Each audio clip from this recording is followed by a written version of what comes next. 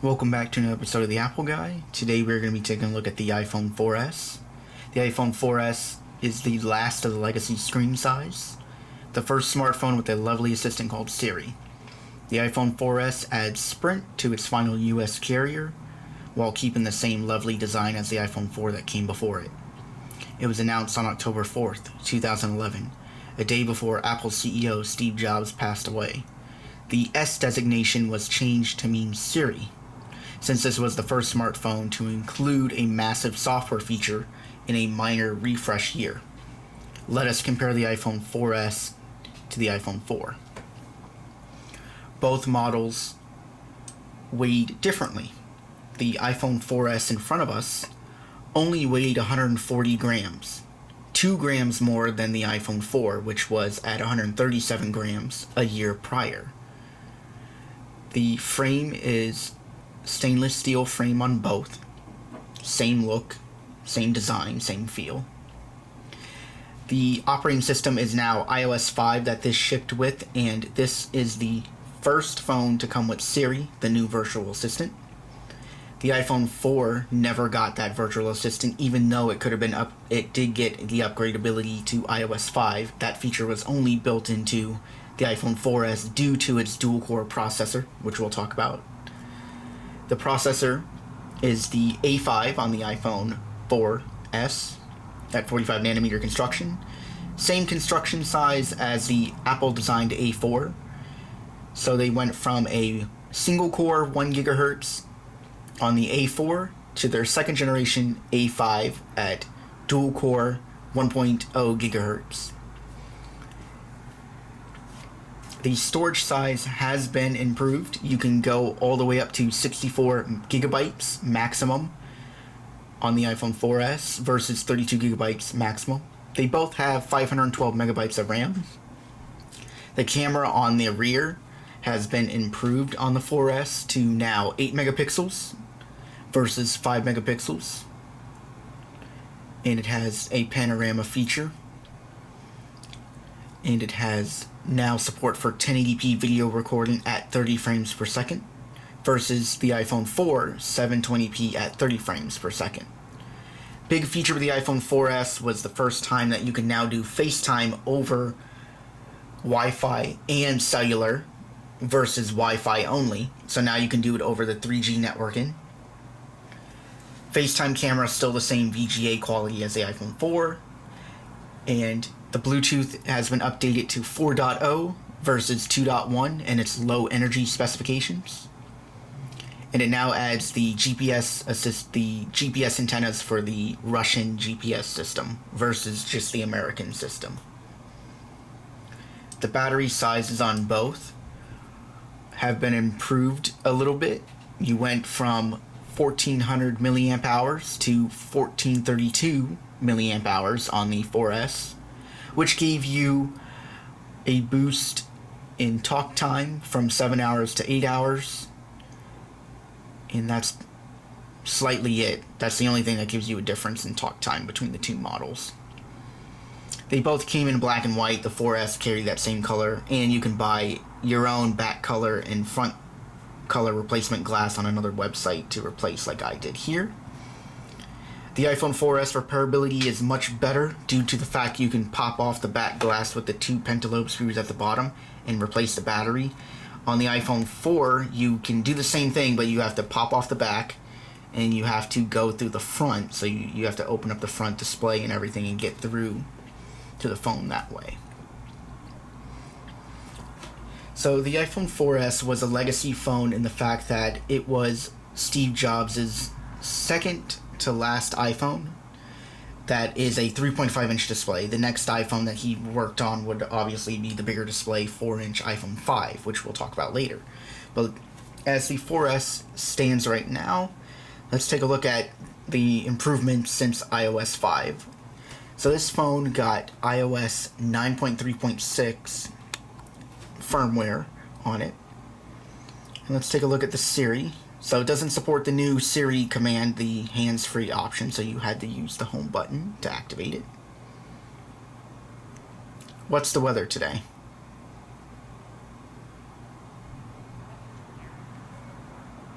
New York City.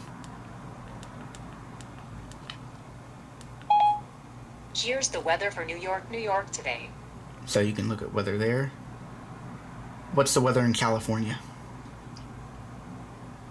It's currently clear and 88 degrees in Sacramento, California. So you can ask it weather. It shows you a nice little layout here, and this would get the information from the Weather Channel.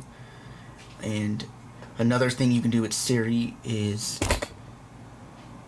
set a timer for 5 minutes. Okay, your timer is set for 5 minutes. So you can have a timer going in the background, and you can also ask it news. What is the news today? Here's some news. So here's a list of news that it pulls up, generated through the news app on iOS. You can ask it things like, what is the stock? What is Apple stock at?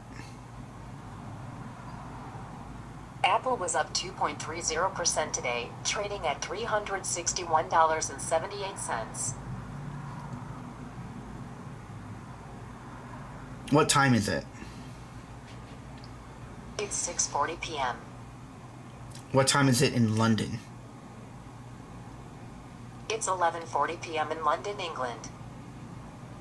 What time is it in Rome?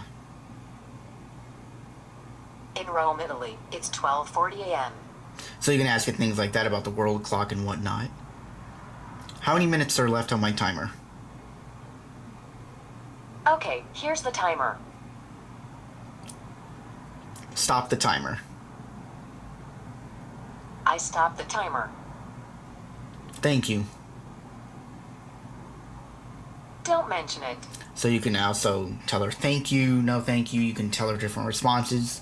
You can even ask her you can ask her to tell you a joke. So Siri can do that. Tell me a joke. I'm taking these cookies to the doctor. They feel crummy. It's a work in progress. But you guys get the point. It's to get you to interact with it. You can even do at the top here, tap to edit. You can type in what you want to tell Siri and whatnot. So the iPhone 4S ushered that into the era. As far as usability on the iPhone 4S today, you can still download apps for it.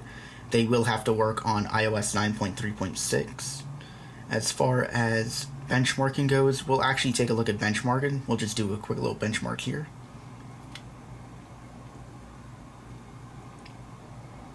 So here is the benchmark Geekbench 4, because it does not support the new Geekbench 5, so it's going to run the older Geekbench. And with the 4S being stopped at iOS 9, they really didn't honestly do any improvements for the iPhone 4S with iOS updates when it finally came to its last and final software update. They slowed down the phone. This phone takes forever to start up, forever to finish tasks and switch through applications. I believe if Apple could have refined iOS 9 to work better on the iPhone 4S, or if anything stopped supporting the iPhone 4S at iOS 8, that was better because the phone was still faster at that point in time. But as you guys can see here, when it's running through the benchmark, you can't even see the blue indicator that goes across to let you know how far it's complete in the benchmark. It's only showing you an indicated time at the bottom. So we're not going to actually finish this benchmark because it's going to take obviously a long time. So I just wanted to show you guys that now it shows it when you hit cancel, it shows you the blue indicator bar, but before it doesn't. But we'll take a look at an older benchmark score in here. They actually underclocked the processor to 800 megahertz. Same thing they did on the iPhone 4, the iPhone 4 that came before it. So we will take a look at a history benchmark. So here's one of the tests I did a while last year on this phone. So the single cores went down to 290 and 497 for multi-core, so you can tell that really sucks nowadays. And it really shows you that they really did not optimize this phone whatsoever. As far as gameplay goes on the iPhone 4S, you can play games on here. Of course, it's going to be really slow than anything else. And we'll take a look at the camera. So here is the camera on the iPhone 4. And you can see if I take a picture of something out of frame here. Let me take a picture.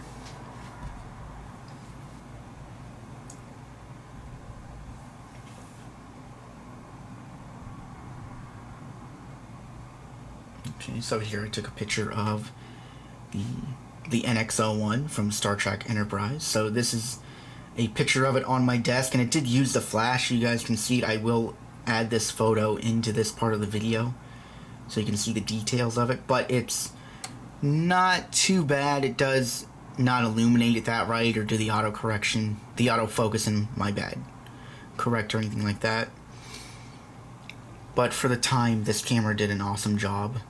And I'm going to put the front-facing camera toward you guys. So here it is. That's the front-facing camera. That's what it looks like. That's what you guys are looking like on camera. It has a timer, HDR, so if you turn on HDR, I'll do the same picture with HDR. So HDR essentially takes multiple shots and uses the image signaling processor on the A5 to put the best picture forward. So here's the best picture it took in low light conditions. Not too bad for the iPhone 4S. And with FaceTime, you can do that over 3G networking, which was a very big deal at the time.